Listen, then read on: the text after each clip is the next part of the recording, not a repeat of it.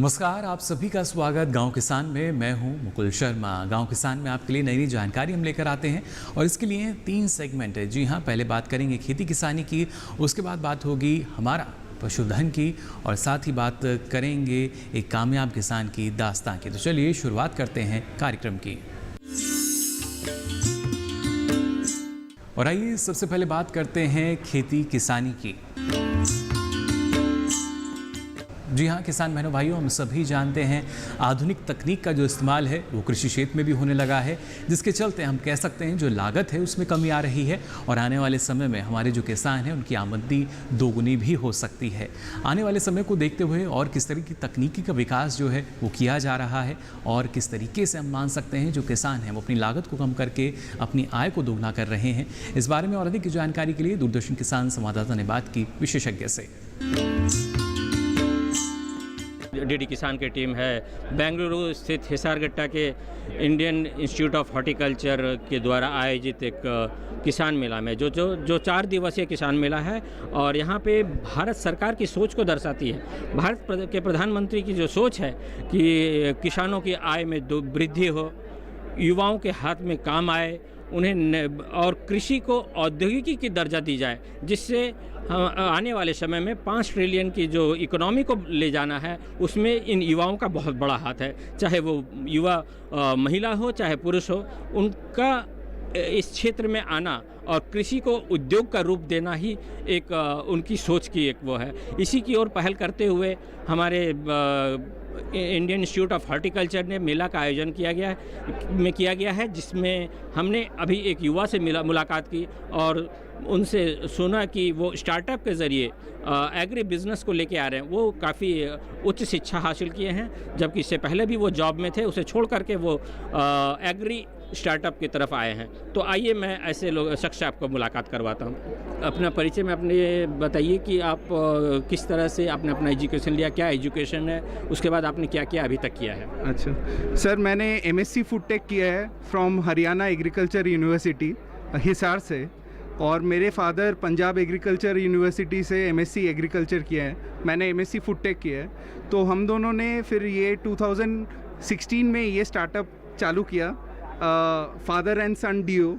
और पहले मैंने 10 साल नौकरी की है कॉर्पोरेट्स में, हाइंस, ब्रिटानिया, नोवोजाइम्स में।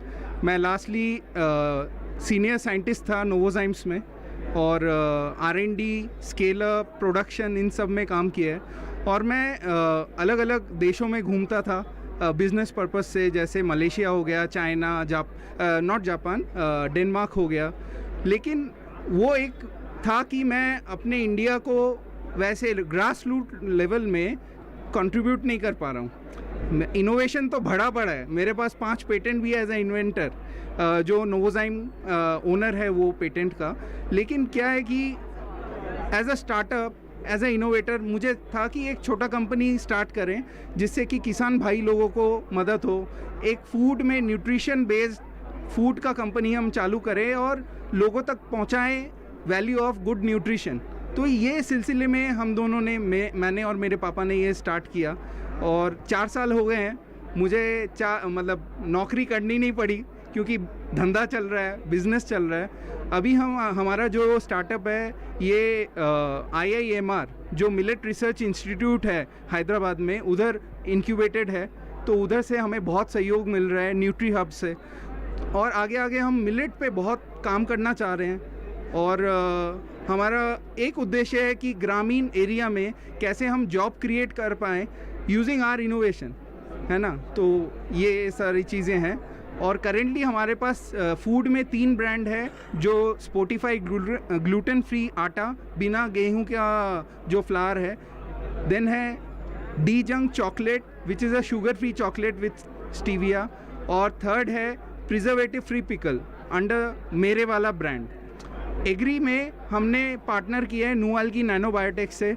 ये भी एक कंपनी है बेंगलोर में स्थित, और इनका हम प्रोडक्ट टेक्नो मार्केट कर रहे हैं, फील्ड ट्रायल्स कर रहे हैं, अलग अलग एप्लीकेशन देख रहे हैं डिफरेंट फार्मर्स के साथ। इवन हमने मेरठ के साइड में, जो मैं पहले बात कर रहा था कि मेरठ के साइड में चंसारा गांव है, उधर हमारे रिलेटिव्स का अपना फार्म है, उधर हमने सरसों उगाया है। बिना केमिकल के सिर्फ गोबर, सॉइल एप्लीकेशन जीवामृत और फोलियर, जो पत्तों पे हमने ये माइक्रो न्यूट्रिएंट, नैनो न्यूट्रिएंट हमने छिड़का है और उस स्प्रे से हमने मस्टर्ड मिला है।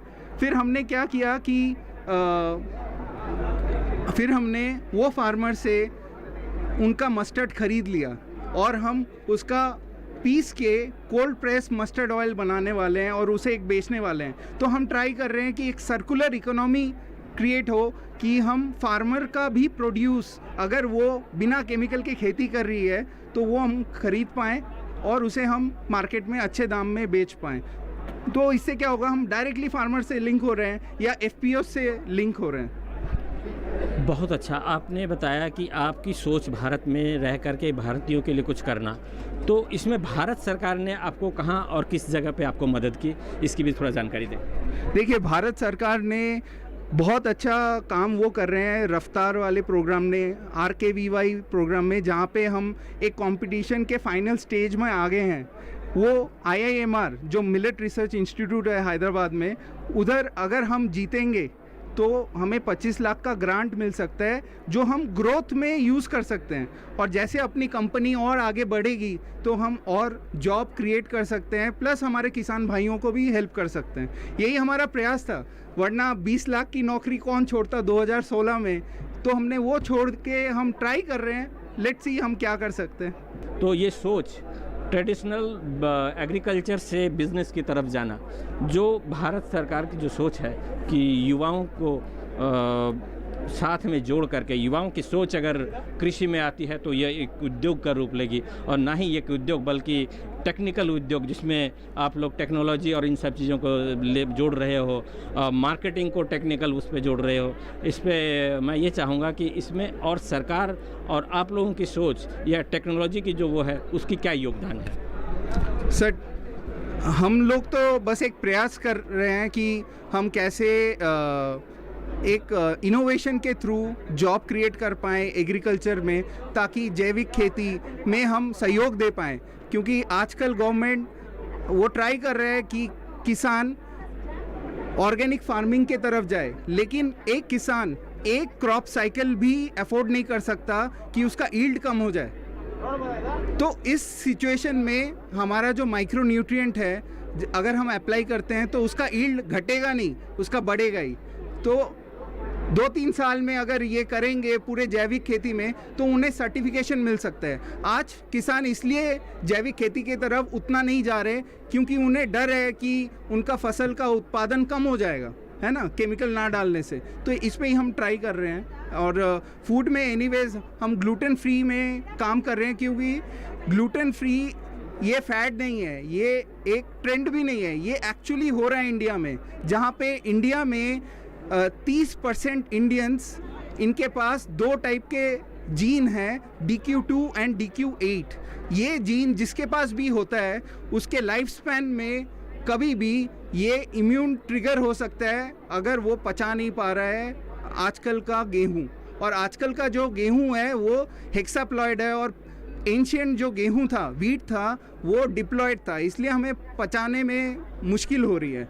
तो इसलिए हमने ये मल्टीग्रेन आटा बनाया है। और ये हमारा स्पोटिफाई आटा इसलिए यूनिक है क्योंकि उसमें हाई अमाउंट ऑफ प्रोटीन है, हाई अमाउंट ऑफ फाइबर है और नेचुरल माइक्रोन्यूट्रिएंट है। हमने फाइबर कोई फोर्टिफाई नहीं किया, ये नेचुरली प्रेजेंट है। और 75% हमारे जो इंग्रेडिएंट है वो ऑर्गेनिक है, और मे बी साल के आखिरी तक हम पूरा 100% ऑर्गेनिक कर पाएंगे।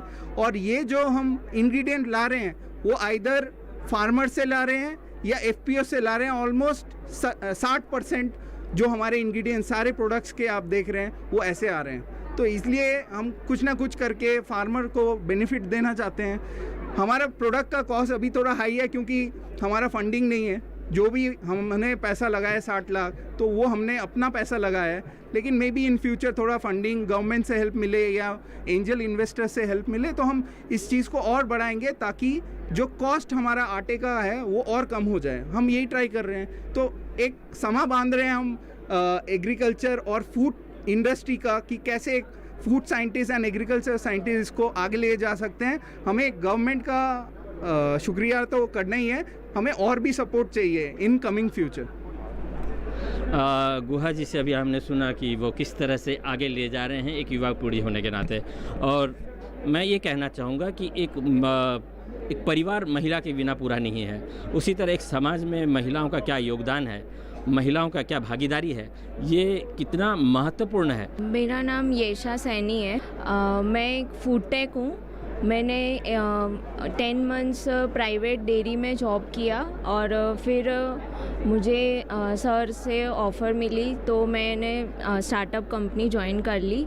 और मैं अपना जो सेक्टर है सीखने का वो मीन्स एक्सप्लोर करना चाहती हूँ। मैं मीन्स एक ही डिपार्टमेंट में बैठ के और सब नहीं देखना चाहती, इसलिए मैंने चूज़ किया कि मैं एक स्टार्टअप कंपनी में कंटिन्यू करूँ।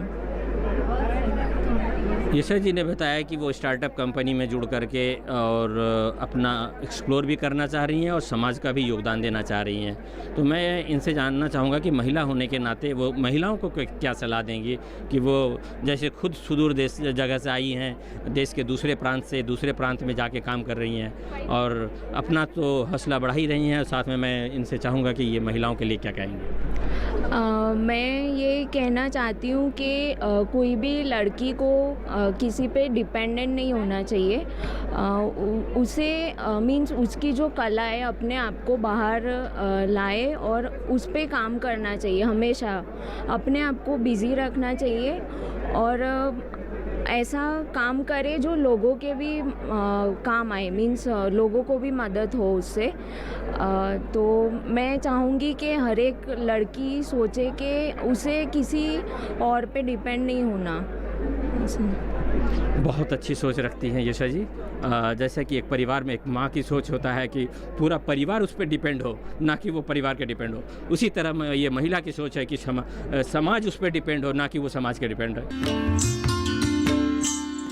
और इसी के साथ ही गांव किसान में वक्त हो चला एक छोटे से ब्रेक का। आप बने रहिए दूरदर्शन किसान पर।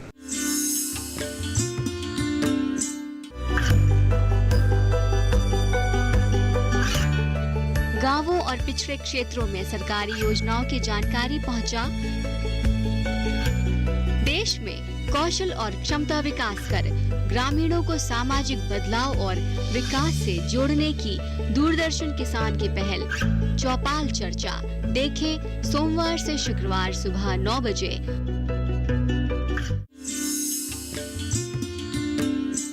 ब्रेक के बाद आप सभी का एक बार फिर स्वागत गांव किसान में। अब हम पहुंच चुके हैं हमारे दूसरे सेगमेंट हमारा पशुधन में, जिसमें आज आपको हम जानकारी देने जा रहे हैं मुर्गी पालन के बारे में।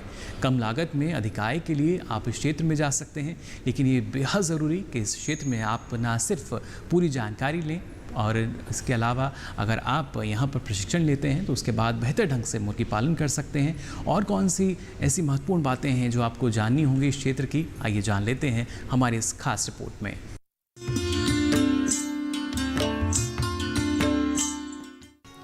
भारत सरकार का 2022 तक किसानों की आय को दोगुना करने का जो प्रयास है, उससे किसानों ने प्रोत्साहित होकर खेती किसानी के साथ साथ मुर्गी पालन, बकरी पालन, मधुमक्खी पालन को अपनाकर अपनी आय को दोगुना किया। ऐसे ही एक किसान हैं प्रेम सिंह, ग्राम द्योरी, तहसील खटीमा, जिला उधम सिंह नगर के, जिन्होंने खेती किसानी के साथ साथ मुर्गी पालन को अपना व्यवसाय बनाया। मैं पहले तो हम पिथौरागढ़ में रहते थे। पिथौरागढ़ से हम तराई में आए। इधर हमने खेती बाड़ी का काम भी किया और साथ साथ ही मुर्गी पालन भी किया। और ब्लॉक में जब मैं गया था खटीमा में, ब्लॉक से मुझे पता लगा कि रुद्रपुर में ट्रेनिंग करने से और लोन भी मिलता है करके, तो मैंने रुद्रपुर में 1 महीने की ट्रेनिंग की और साथ साथ ही और ब्लॉक के थ्रू मैंने लोन भी नैनीताल बैंक के विश्वास से लोन भी लिया। उसी पैसे से मैंने ये कारोबार शुरू किया। मैंने तो सबसे पहले 500 मुर्गियों से स्टार्ट किया था और उसी से अपना धंधा चलाया। फिर उसके बाद 1000 भी डाली थी और अब के जो मेरे पास हैं सिर्फ 500 550 मुर्गी से मैं गुजारा करता हूँ। मुर्गी पालन से अच्छे मुनाफे के लिए प्रेम सिंह बताते हैं कि किस प्रकार मुर्गी पालन किया जा सकता है। खुराक के बारे में हम सबसे पहले जब बच्चा चूजा आता है शुरू दिन तो हम गुड़ का पानी देते हैं उनको, और दूसरे दिन फिर एंटीबायोटिक और ये बिमरेल, बी कम्प्लेक्स, विटामिन सी, ई ऐसे मिला करके फिर एक टाइम के पानी में देते हैं। और जब शुरू में फिर दूसरे दिन दाना डालते हैं, उनका योग निकल जाता है, योग रहता है ना पेट में, जब योग निकल जाता है गुड़ का पानी से तो तब फिर जा कर के हम उनको दाना डालते हैं। दाना भी वो डालते हैं कि फ्री स्टार्टर, वो हम फ्री स्टार्टर को खिलाते हैं कम से कम 15 दिन, उसके बाद स्टार्टर खिलाते हैं। 1 महीने के बाद हम फिर फिनिचर शुरू कर देते हैं। तो ठंडियों में तो उनके लिए टेम्परेचर बनाना है, हीटर जलाना है, बुखारी जलाना है, और उनको टेम्परेचर देना ज़रूरी पड़ता है, नहीं टेम्परेचर कम होगा तो वो इकट्ठे होकर के वो दब करके आपस में उसे ख़त्म हो जाते हैं। और गर्मियों में भी उनका ध्यान देना पड़ता है, अगर ज़्यादा हीट है तो वो फिर भी वो हाँफने लगते हैं, पंखा भी चलाना पड़ता है। मुर्गी पालन में किन किन सावधानियों का ध्यान रखना पड़ता है तथा समय समय पर उनकी बीमारियों का निदान भी आवश्यक होता है। इनके बीमारियों को लक्षण देख करके हम इलाज करते हैं। अच्छा, हम 7वें दिन तो इनको एफोन लगाते हैं, क्योंकि एक रानीखेत की बीमारी होती है, वो बहुत खतरनाक बीमारी होती है, तो उसे एफोन लगाते हैं। फिर 13 दिन में गम्बोरो एक बीमारी होती है, हम उसको लगाते हैं 13 दिन में। फिर उसके अलावा जैसे बीमारियों के लक्षण देखते हैं कि या मतलब पतली टट्टी करें, वो लैटिन जैसे कि सफ़ेद लैटिन करें, और अगर ज़्यादा मोल्टरी होने लग जाती है तो उसको हम फाड़ते हैं कि इसमें क्या कमी है। और इनको मतलब डायरिया भी होता है, खूनी फेसिस, उनकी आंतें देखी जाती है, अगर छोटे आंत में अगर ब्लड है तो फिर उस हिसाब से उसको वो दवाई लगाई जाती है। और कभी इकोलाइज आ जाता है तो उसके लिए दूसरी दवाई लगा देती है। CRD आती है, उसके लिए CRD हीट पाउडर होता है एक, उसको भी लगाते हैं। प्रेम सिंह अन्य किसानों को भी इस व्यवसाय से जुड़ने को कहते हैं और साथ ही बताते हैं कि किसानों के लिए आय को दुगना करने के लिए मुर्गी पालन एक अच्छा विकल्प है। खेती के साथ और ये भी धंधा करते रहें। और जैसे प्रधानमंत्री जी की का भाषण है कि किसानों की आय दुगनी करेंगे करके, कुछ तो मतलब कृषि से निकल जाएगा, कुछ ऐसे धंधों से निकल जाएगा, तब जा कर के दुगनी होगी।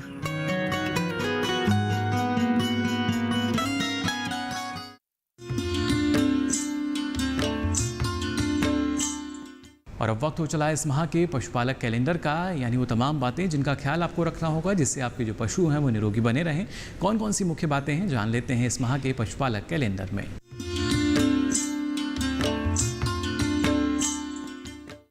जुलाई में ध्यान देने वाली बातें। जुलाई में अधिकांश हिस्सों में वर्षा ऋतु आने की संभावना रहती है तथा कुछ स्थानों पर आंधी तूफान के साथ वर्षा होती है। ऐसे में गर्मी व नमी जनित रोगों से पशुओं को बचाएं। कीचड़ और बाढ़ आदि का प्रभाव पशुओं पर न्यूनतम हो, ऐसे उपाय अभी से करें। वर्षा जनित रोगों से बचाव के उपाय नहीं भूलें। अतः परजीवी व कृमिनाशक घोल या दवा देने का समय भी यही है। अगर मुंह पका, खुर पका रोग, गलघोटू, ठप्पा रोग, फड़किया रोग आदि के टीके नहीं लगवाए हों तो कृपया अभी लगवा लें। विशेष रूप से वयस्क भेड़ और बकरियों को फड़किया रोग का टीका लगवाएं। पशु ब्याने के 2 घंटे के अंदर नवजात बछड़े व बछड़ियों को खीस यानी प्रथम स्तन्य अवश्य पिलाएं। ज्यादा दूध देने वाले पशुओं के ब्याने के 7 से 8 दिन तक दुग्ध ज्वर होने की संभावना अधिक होती है। इस रोग से पशु को बचाने के लिए उसे गाभिन अवस्था में उचित मात्रा में सूर्य की रोशनी मिलनी चाहिए। गर्भावस्था के अंतिम माह में पशु चिकित्सक द्वारा लगाए जाने वाला विटामिन ई व सिलेनियम का टीका प्रसव उपरांत होने वाली कठिनाइयों जैसे कि जेर का ना गिरना इत्यादि में लाभदायक होता है। अतः पानी के साथ 5 से 10 ग्राम चूना मिलाकर या कैल्शियम फास्फोरस का घोल 70 से 100 मिलीलीटर प्रतिदिन भी दिया जा सकता है। सींचित हरे चारे के खेतों में पशुओं को नहीं जाने दें, क्योंकि लंबी गर्मी के बाद अचानक वर्षा से जो हरे चारे की बढ़वार होती है उसमें साइनाइड जहर पैदा होने से चारा जहरीला हो जाता है। ये ज्वार की फसल में विशेष तौर पर होता है। ऐसी फसल को समय पूर्व कच्ची अवस्था में ना काटें और ना ही पशुओं को खिलाएं। चारा घासों की रुपाई करें और बढ़ रही घास की कटाई 40 से 50 दिनों के अंतर पर करते रहें। संतुलित पशु आहार के लिए मक्का, ज्वार, बाजरे की लोबिया व ग्वार के साथ मिलाकर बिजाई करें। भेड़ के शरीर को ऊन कतरने के 21 दिन बाद बाह्य परजीवियों से बचाने के लिए कीटाणुनाशक घोल से भिगोएं। और इसी के साथ ही वक्त हो चला है गांव किसान में एक और छोटे से ब्रेक का। आप देखते रहिए दूरदर्शन किसान।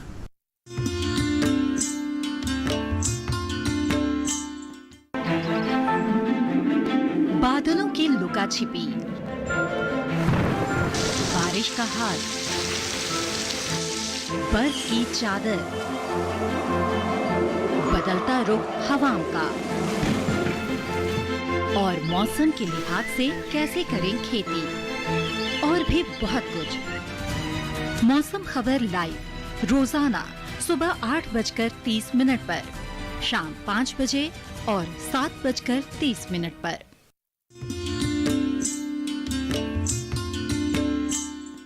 ब्रेक के बाद आप सभी का एक बार फिर स्वागत गांव किसान में। अब हम पहुंच चुके हैं हमारे आखिरी सेगमेंट। जी हाँ, आप देखेंगे एक कामयाबी की दास्तां। और आज जो दास्तां आपके लिए हम लेकर आए हैं एक ऐसे किसान की है जिसने ना सिर्फ आधुनिक तकनीक को जाना बल्कि तमाम सरकारी योजनाएं जो हैं उनका भी लाभ लेकर दूसरे किसानों के लिए प्रेरणा का स्रोत बन चुके हैं। क्या कुछ रहा इनका कामयाबी के सफ़र में, किस तरह की इनकी दास्तां रही, आइए जान लेते हैं इनकी कामयाबी का ये सफ़र।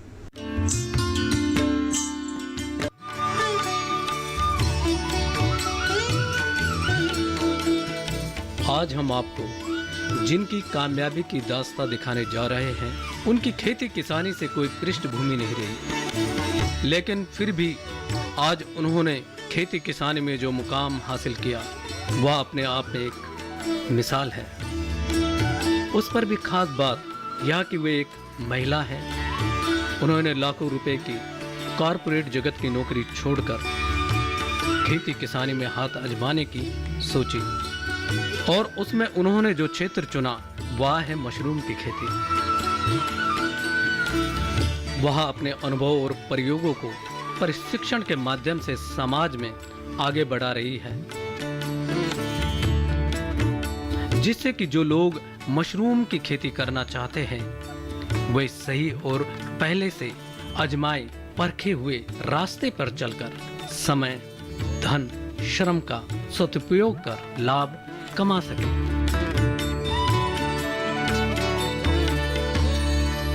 आज से 1 साल पहले मैंने जब मशरूम का काम शुरू किया था, उससे पहले मैं एक 6 फिगर सैलरी वाली कॉर्पोरेट जॉब में काम करती थी। जब मैंने ये काम स्टार्ट किया तो ना सिर्फ मेरे दोस्त पर मेरे घर वालों को ऐसा लगने लगा कि मैं कुछ अजीब काम कर रही हूँ और मैं बहुत जल्दी इससे शायद बोर हो जाऊँगी। पर आज 1 साल के बाद इस बात को लेके मुझे बहुत अच्छा लगता है कि मेरे पास ज़्यादातर लोग जो आते हैं उसमें 80 to 90% औरतें हैं।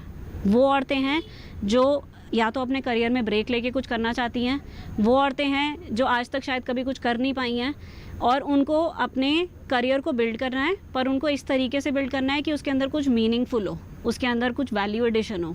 मैंने मशरूम उगाने की training directorate of mushroom research Solan से ली थी और ये ट्रेनिंग मैंने पिछले साल अप्रैल में ली थी। ट्रेनिंग लेके आने के बाद मैंने ये सोचा कि मुझे कहाँ पर अपना फार्म सेटअप करना है, तो मैंने अपने घर के पास एक पहले जगह आइडेंटिफाई करी, ढूंढी और उस जगह पर हमने सबसे पहले ये कमरा तैयार किया था। इस कमरे को कंस्ट्रक्शन करने में पूरा हमें 1 महीना लग गया। हमने इस कमरे को तैयार किया। इसके अंदर जैसे आप देख सकते हो ये लटका के मशरूम ग्रो करने के लिए पूरे हैंगिंग्स तैयार करे। उसके बाद हम लोगों ने बैग्स तैयार करने शुरू करे। बैग्स तैयार होने के बाद जब उनका स्पॉन रन कंप्लीट हुआ तो उनको इस कमरे में लेके आए और यहाँ पर इस तरीके से आप देख सकते हो कि इसकी अपनी फ्रूटिंग होती है। पिछले 1 साल से मैं ओयस्टर मशरूम कर रही हूँ और बहुत अच्छा रिस्पांस है मुझे मार्केट में ओयस्टर मशरूम से।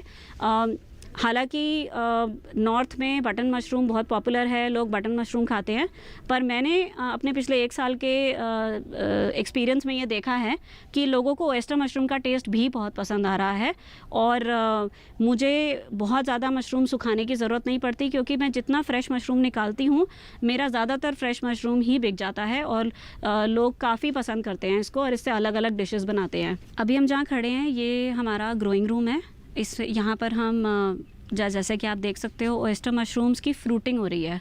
एक बार जब बैग का स्पॉन रन पूरा हो जाता है उसको हम फिर इस कमरे में ले आते हैं जिसको बोला जाता है ग्रोइंग रूम, फ्रूटिंग रूम। यहाँ पर 80% से ऊपर ह्यूमिडिटी मेंटेन की जाती है, हवा में मॉइस्चर होता है। उसको मेंटेन करने के लिए बहुत सारे तरीके होते हैं। हम पानी का स्प्रे कर सकते हैं, हम ज़मीन गीली कर सकते हैं, हम स्प्रिंकलर्स लगा सकते हैं, फॉगर्स लगा सकते हैं, बहुत सारे तरीके होते हैं। हम जहाँ पे खड़े हैं ये एक नेचुरल ग्रोइंग रूम है, इसके अंदर कोई आर्टिफिशियल तरीके से टेम्परेचर कंट्रोल नहीं किया जाता है, सारे नेचुरल ऑर्गेनिक तरीक़ों से हम टेम्परेचर कंट्रोल करते हैं। मैं ट्रेनिंग प्रोवाइड करती हूँ जिसमें लोग आते हैं, मैं उनको एक पूरा दिन के लिए ट्रेन करती हूँ और उसके बाद वो 15 दिन मेरे साथ काम करते हैं और बिल्कुल उस तरीके से काम करते हैं जैसे कि ये उनका फार्म है। उनको बैग बनाना है, उनको भूसा भिगाना है, उनको बैग बना के कमरे में रखना है, एक कमरे से दूसरे कमरे में लेके जाना है और 15 दिन में उनको बिल्कुल वैसा वाला एक्सपीरियंस मिल जाता है कि जैसे उनको अपने फार्म में काम करना होगा। और उस सब के बाद जब वो जाके अपना काम शुरू करते हैं तो उनके पास एक एक्सपीरियंस भी होता है, एक ट्रेनिंग भी होती है और साथ साथ उन्होंने मार्केटिंग का भी एक स्टार्टिंग लेवल इन्फॉर्मेशन ले ली होती है, जिससे उनको ये यकीन होता है कि अगर हम मशरूम उगा लेंगे तो उसके बाद उसे बेच भी पाएंगे। तो देखिए आपने ये कामयाबी की दास्तां, हम उम्मीद करते हैं ऐसी दास्तां आपकी भी हो और लगातार गांव किसान के माध्यम से तमाम जानकारी आपके पास तक हम पहुंचाते रहेंगे। लेकिन फ़िलहाल वक्त हो चला है आपसे विदा लेने का, फिर हाजिर होंगे नई जानकारियों के साथ। दीजिए इजाज़त, नमस्कार।